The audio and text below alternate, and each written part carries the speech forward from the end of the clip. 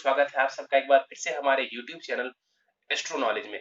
दोस्तों, आज के इस वीडियो में हम एक 26 वर्षीय युवती की कुंडली का विश्लेषण करेंगे, जिनके पिताजी ने मुझे इनके बर्थ डिटेल्स शेयर किए हैं और एस्ट्रोलॉजी के माध्यम से ये इनके बारे में जो है कुछ प्रश्नों के उत्तर जानना चाहते हैं और साथ ही साथ चाहते हैं कि मैं इनकी कुंडली का पूर्ण विश्लेषण करूं। दोस्तों, हर बार की तरह वीडियो में आगे बढ़ने से पहले आप सभी से निवेदन है कि यदि अभी तक आपने हमारे YouTube चैनल एस्ट्रो नॉलेज को सब्सक्राइब नहीं किया है तो आप प्लीज इसे सब्सक्राइब कर दें और बेल आइकन को दबाना ना भूलें।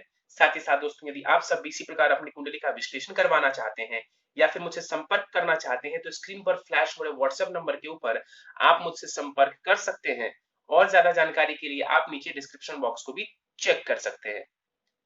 चलिए वापस आते हैं इस विश्लेषण के वीडियो के ऊपर और इनके बर्थ डिटेल्स को आपके समक्ष रख देता हूं।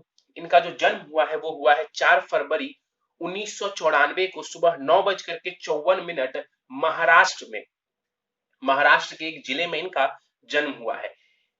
इनके लिए जो प्रश्न पूछे गए हैं वो बेसिकली जो है इनके करियर से संबंधित जो है पूछा गया है। ये मेडिकल क्षेत्र में है, एमबीबीएस किया हुआ है इन्होंने और आगे के करियर, जॉब, संतान, इन सब को लेकर के प्रश्न किया गया है। तो इनके प्रश्नों को हम आखिर में लेंगे। सबसे पहले इनके लग्न कुंडली की तरफ चलते हैं।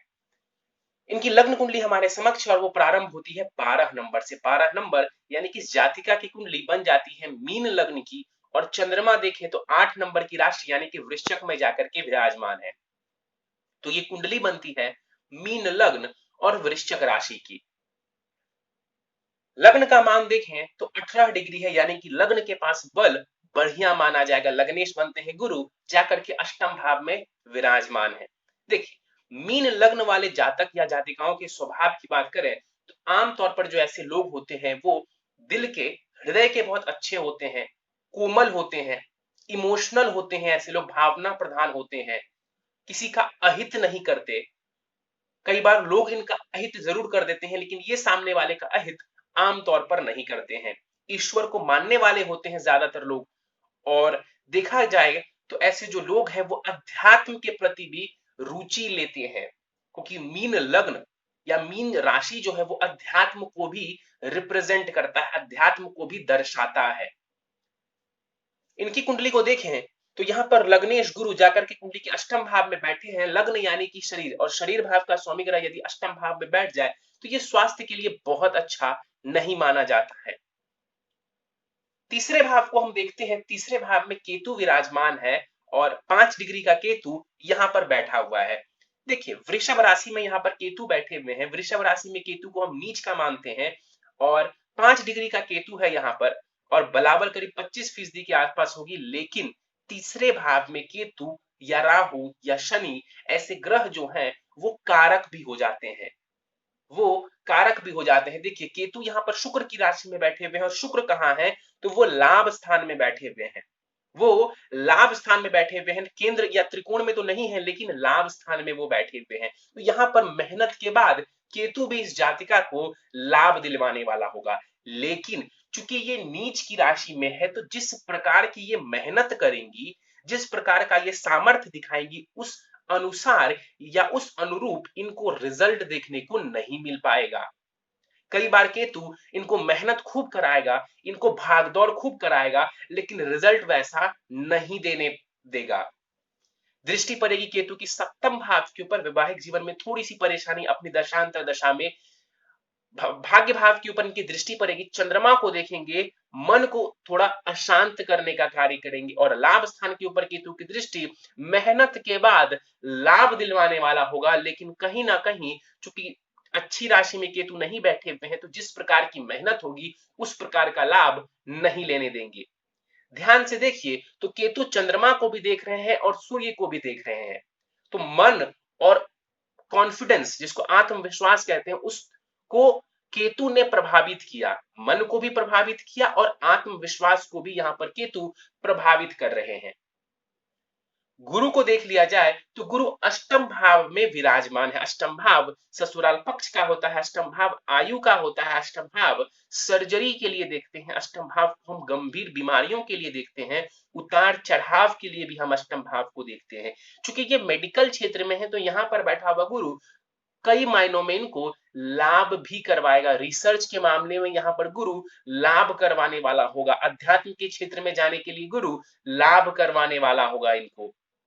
लेकिन हाँ, पेट से संबंधित परेशानी यहाँ पर बैठा हुआ गुरु दे सकता है, लिवर से संबंधित परेशानी यहाँ पर बैठे हुए गुरु दे सकते हैं। तो इनका जो है ध्यान रखने की आवश्यकता है, इन बातों का ध्यान रखने की इन्हें आवश्यकता है। 19 डिग्री के गुरु यहाँ पर विराजमान है। गुरु यहाँ पर देखा जाए तो व्रत अवस्था में चले गए, लेकिन बलाबल इनके पास अच्छा माना जाएगा। 10 से 20 डिग्री का ग्रह जब होता है तो बल बहुत बढ़िया माना जाता है। गुरु की दृष्टि 12वें भाव के ऊपर पड़ेगी, धन का व्यय और विदेश की यात्राएं करवाने वाले होंगे गुरु। द्वितीय भाव के ऊपर गुरु की दृष्टि इनको कहीं ना कहीं धन देने वाला होगा, और चतुर्थ भाव के ऊपर गुरु की दृष्टि प्रॉपर्टी संबंधित भी लाभ इन्हें कराने वाला होगा। तो गुरु अष्टम भाव में जब बैठते हैं तो एक बात जान लीजिए कि गुरु यहाँ पर बैठ करके कुंडली में शुभता लाएं या फिर ना लाएं, लेकिन अशुभता को दूर करते हैं, यानी कि कुंडली की जो परेशानियां होती हैं उसको दूर करने की जिम्मेदारी गुरु ले लेते हैं। कब? जब वो अष्टम भाव में बैठते हैं तब। आगे बढ़ जाते हैं, नवम भाव की तरफ चलते हैं, जहां पर 8 नंबर लिखा हुआ है चंद्रमा और राहु विराजमान है। देखिए, चंद्रमा और राहु यदि युति बना ले एक भाव में तो इसे हम ग्रहण दोष कहते हैं। तो यहाँ पर चंद्र राहु का ग्रहण दोष लग रहा है, जिस वजह से कि आपका जो मन है वो अशांत रहने वाला होगा। और चंद्रमा की राशि को देख लें तो चंद्रमा यहाँ पर वृश्चिक राशि के बैठे हुए हैं। वृश्चिक राशि में जो चंद्रमा देव है वो नीच के हो जाते हैं। 2 डिग्री का चंद्रमा है तो नीचता से बाहर ये नहीं आ रहा है। यहाँ पर चंद्रमा नीच के हैं, राहु के साथ ग्रहण दोष में है, मन आपका बहुत परेशान रहने वाला है, कंसंट्रेशन आपका ये वीक कर देगा। चंद्रमा देव आपकी कंसंट्रेशन को खराब करने वाले होंगे। इस कुंडली में चंद्रमा को देख लें तो वो पंचमेश यानी कि शिक्षा संतान भाव के स्वामी ग्रह बनते हैं, हायर एजुकेशन भाव में जाकर के बैठे हुए हैं। लेकिन चूंकि अच्छी राशि में नहीं बैठे हैं और राहु के साथ बैठ गए तो कहीं ना कहीं शिक्षा में थोड़ी परेशानी देखने को मिलेगी, शिक्षा में बाधा देखने को मिलेगी। आप कंसंट्रेट करके ध्यान से नहीं पढ़ पाएंगी, उसमें थोड़ी समस्या, थोड़ी परेशानी यहाँ पर चंद्रमा दे देंगे। यदि चंद्रमा को थोड़ा बेहतर कर लिया जाए तो निश्चित रूप से शिक्षा, संतान, इन दोनों ही क्षेत्रों में अच्छी सफलता पाई जा सकती है, क्योंकि ये चंद्रमा त्रिकोण में आकर के बैठ गया है। त्रिकोण का स्वामी चंद्रमा त्रिकोण में आकर के बैठ गए। चूंकि ये पीड़ित है तो थोड़ी परेशानी देंगे, लेकिन यदि इनको थोड़ा बेहतर बना लिया जाए तो यही चंद्रमा लाभ करवाने वाला होगा। राहु को देख लेते हैं, 5 डिग्री का राहु यहाँ पर बैठा हुआ है, और राहु यहाँ पर मंगल की राशि में बैठे हुए हैं। मंगल कैसे है? तो उच्च की तो जरूर है मंगल, लेकिन मंगल अस्त का है। मंगल अस्त का है, यहाँ पर राहु क्या परिणाम देंगे? तो उतार चढ़ाव, भाग्य का भाव है, भाग्य संबंधित उतार चढ़ाव देने वाले होंगे राहु देवता। हायर एजुकेशन का भी ये भाव होता है, हायर एजुकेशन में ये परेशानियां खड़ी करने वाले होंगे। लग्न के ऊपर दृष्टि डालेंगे, भ्रम की स्थिति पैदा कर सकते हैं, कंफ्यूजन आपको दे सकते हैं। राहु की दृष्टि पड़ेगी तीसरे भाव के ऊपर, मेहनत पराक्रम में वृद्धि जरूर करवा देंगे, बल्कि ये कह लीजिए कि दौड़ भाग को ये बढ़ाने वाले होंगे। और राहु की दृष्टि पंचम भाव के ऊपर पड़ेगी तो कहीं ना कहीं यहाँ पर आपके शिक्षा संतान को भी ये प्रभावित करेंगे। बेसिकली यहाँ पर बैठा हुआ राहु थोड़ा आपको कंफ्यूज करने वाला होगा। आगे बढ़ जाते हैं, चलते हैं कुंडली के लाभ स्थान की तरफ। सूर्य, शुक्र और मंगल यहाँ पर विराजमान है। देखा जाए तो मंगल उच्च की राशि में यहाँ पर लाभ स्थान में विराजमान है। अस्त के जरूर है मंगल, इस वजह से इनके बलाबल में थोड़ी कमी आ जाएगी। सूर्य को देख लें तो सूर्य यहाँ पर 21 डिग्री के साथ बैठे हुए हैं। देखिए, सूर्य इस कुंडली में षष्ठेश है, यानी कि रोग, ऋण, शत्रु भाव के स्वामी ग्रह है। जाकर के लाभ स्थान में शनि की राशि में बैठे हुए हैं। अच्छी बात यह है कि तात्कालिक मैत्री में है। कई बार ये सूत्र मैंने समझाया है कि छठा भाव जो कि रोग का होता है, उसका स्वामी ग्रह यदि लाभ स्थान में बैठ जाए या धन भाव में बैठ जाए तो ऐसे लोग मेडिकल क्षेत्र में अच्छा खासा लाभ अर्जित करते हैं। तो आपके भी कुंडली में सूर्य आपको बीमारियों से लाभ देने वाले हैं। बीमारियों से लाभ कौन ले सकता है? तो वो डॉक्टर्स ले सकते हैं। तो आपकी भी कुंडली में कहीं ना कहीं सूर्य जो कि छठे भाव के स्वामी ग्रह बनते हैं, लाभ स्थान में बैठे हुए हैं, ये आपको मेडिकल के क्षेत्र में अच्छा लाभ दिलवाने वाले होंगे। 21 डिग्री का सूर्य है, कुमार अवस्था के यहाँ पर सूर्य देव विराजमान है। कहते हैं कि लाभ स्थान में सूर्य बैठ जाए तो जातक को धन की कमी नहीं होने देता है, जातक को या जातिका को धन की कमी नहीं होने देता है। तो यहाँ पर सूर्य का बैठना धन के लिहाज से बहुत ही बढ़िया माना जाएगा। और 11वें भाव से हम कहीं ना कहीं लाभ को देखते हैं, और सूर्य पिता भी है, सूर्य मान सम्मान भी है। तो पिता से लाभ, मेहनत से लाभ, और कहीं ना कहीं जीवन में ये आपको सूर्य मान सम्मान का भी लाभ दिलवाने वाले होंगे। तो यहाँ पर सूर्य की प्लेसमेंट बहुत बढ़िया मानी जाएगी। भले ही शनि की राशि में बैठे हैं, लेकिन तात्कालिक मैत्री में होने की वजह से ये आपको संपूर्ण लाभ देने वाले हैं। दृष्टि पड़ेगी पंचम भाव के ऊपर, यहां पर भी दृष्टि डाल करके ये आपको लाभ ही देंगे। खास करके शिक्षा में सूर्य आपको लाभ दिलवाने वाले होंगे। मंगल को देख लेते हैं। मंगल 11 डिग्री के साथ यहाँ बैठा हुआ है। इस कुंडली में मंगल भाग्येश है और धनेश है, एक कारक ग्रह है। इस कुंडली में मंगल लाभ स्थान में बैठा हुआ है। कैसा बैठा है? तो उच्च की राशि में बैठा हुआ है और महाधनी योग बना करके बैठा हुआ है। क्यों? क्योंकि धन भाव का स्वामी ग्रह यदि लाभ स्थान में बैठ जाए तो इसे हम महाधनी योग कहते हैं। तो यहाँ पर मंगल महाधनी योग का निर्माण कर रहे हैं, तो ये आपको बहुत ज्यादा धन देने वाले होंगे। धन के मामले में मंगल की प्लेसमेंट भी बहुत ही बढ़िया है। चूंकि ये अस्त के हो गए मंगल, तो क्या हो जाता है कि मंगल जिन चीजों के कारक है उसमें थोड़ी कमी आ जाती है। तो यहाँ पर मंगल का अस्त होना बहुत अच्छा नहीं माना जा सकता है। आप मंगल को बलवान करके इसका संपूर्ण लाभ ले सकती हैं। मंगल को बल देने से कहीं ना कहीं धन और भाग्य संबंधित लाभ आपको विशेष रूप से देखने को मिलेगा। और मंगल अस्त होने के बावजूद मैं आपको बता दूं कि आपको बहुत सारा धन लाभ करवाने वाला है। तो यहाँ पर मंगल की स्थिति बढ़िया है। लाभ स्थान में सूर्य और मंगल का पराक्रम योग बन रहा है। ये पराक्रम योग आपको लाभ दिलवाएगा। आप मेहनत करिए, ये पराक्रम योग आपको धन का विशेष लाभ दिलवाने वाला होगा, और धन के साथ साथ मान सम्मान का भी आपको ये लाभ दिलवाएगा। शुक्र को देख लेते। हाँ, एक बात और बता दूं कि मंगल के पास दृष्टि नहीं होगी क्योंकि वो अस्त के हो गए। शुक्र को देख लेते हैं। शुक्र यहाँ पर 25 डिग्री के साथ विराजमान है कुंडली के लाभ स्थान में। लाभ स्थान में शुक्र बैठे हुए हैं। इस कुंडली में शुक्र तृतीयेश है और वो अष्टमेश है, यानी कि अकारक ग्रह या मारक ग्रह आप इन्हें कह सकते हैं। जाकर के शुक्र लाभ स्थान में बैठे हुए हैं। मेहनत से लाभ, तो यहाँ पर मेहनत से आपको शुक्र भी लाभ करवाने वाले होंगे। तात्कालिक मैत्री में शनि की राशि में ये विराजमान है। तो यहाँ पर शुक्र का बैठना भी आपके लिए बढ़िया माना जाएगा। शुक्र यहाँ पर बैठ करके आपको लाभ देने वाले होंगे। चूंकि अकारक ग्रह है तो मेहनत के बाद ही लाभ देंगे। आसानी से आपको लाभ ये शुक्र नहीं लेने देगा। अस्त के हैं तो बल इनका कम हो जाएगा। देखिए, जब कुंडली में मारक ग्रह अस्त का हो जाए तो फिक्र करने की जरूरत नहीं होती है। हाँ, इतना जरूर है कि उसका कारकत्व कम हो जाता है, लेकिन फिर भी वो मारक ग्रह है तो बहुत ज्यादा चिंता करने की जरूरत नहीं है। 12वें भाव की तरफ चलते हैं। यहाँ पर बुध और शनि युति बना करके विराजमान है। शनि यहाँ पर देखें तो अपनी मूल त्रिकोण राशि में जाकर के विराजमान है। तो यहाँ पर ये एक तरफ से हमें लगेगा देखने में कि शनिदेव यहाँ पर विपरीत राजयोग बना रहे हैं, लेकिन चूंकि इस कुंडली में जो गुरु है वो त्रिक भाव में आकर के बैठ गए, तो इस कुंडली में विपरीत राजयोग की स्थिति लागू नहीं हो पाएगी। तो यहाँ पर शनि जरूर बैठे हुए हैं, लेकिन विपरीत राजयोग हम इसे नहीं कह सकते हैं। देखिए, 12वां जो स्थान होता है वो खर्च का होता है, नुकसान का होता है, विदेश का होता है। अस्पताल के लिए भी हम 12वें घर को देखते हैं। तो यहाँ पर शनि का बैठना विदेश जाने के लिए अच्छा है। आप क्योंकि डॉक्टर हैं तो मेडिकल के क्षेत्र में आपको ये शनि लाभ करवाने वाले होंगे। विदेश जाने पर यहाँ पर बैठा शनि आपको विशेष लाभ करवाने वाला होगा, या तो जन्म स्थान से दूर जाने पर बहुत आपको लाभ करवाने वाला होगा। 6 डिग्री के शनि है, बाल अवस्था के शनि है और अस्त के हो गए। अस्त के हो गए तो बलाबल इनका भी कम हो गया। शनि कहीं ना कहीं मेहनत को दर्शाते हैं, पेशेंस को दर्शाते हैं। शनि का अस्त होना कहीं ना कहीं व्यक्ति उस प्रकार से जो है मेहनत नहीं कर पाता।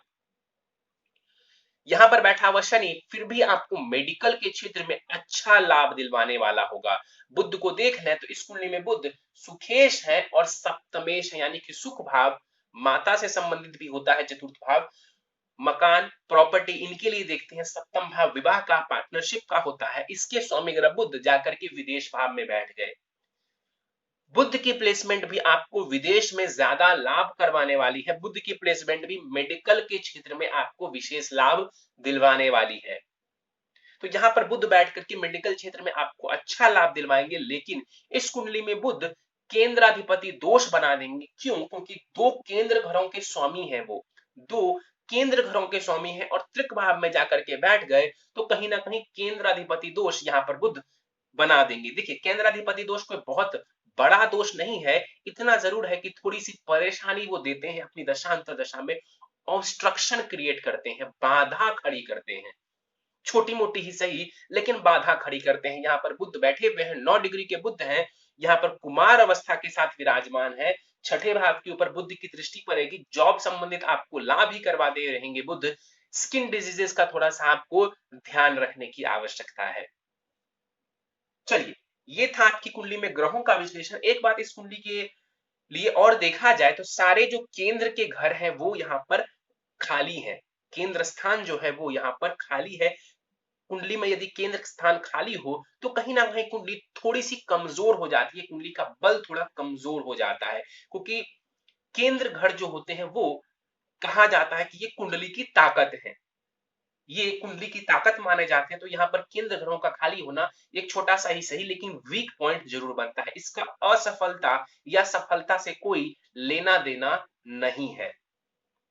दशाओं को देख लें तो आपको बुध की महादशा फिलहाल चल रही है। बुध की महादशा आपको 13 मई 2031 तक रहने वाली है और बुध की महादशा में फिलहाल आपको सूर्य की अंतरदशा चल रही है। बुध की महादशा में सूर्य की अंतरदशा, ये जॉब के लिए बढ़िया समय है, ये एजुकेशन संबंधित लाभ उठाने के लिए बढ़िया समय है, कंपटीशन क्रैक करने के लिए ये समय बहुत ही बढ़िया माना जाएगा। आपको एक बात और बता दूं कि 24 जनवरी 2020 से पहले आपके ऊपर साढ़े साती भी चल रही थी, क्योंकि आप वृश्चिक राशि की बनती हैं। तो आपके ऊपर 24 जनवरी 2020 से शनि की साढ़े साती खत्म हो गई है, तो ये अच्छी बात है।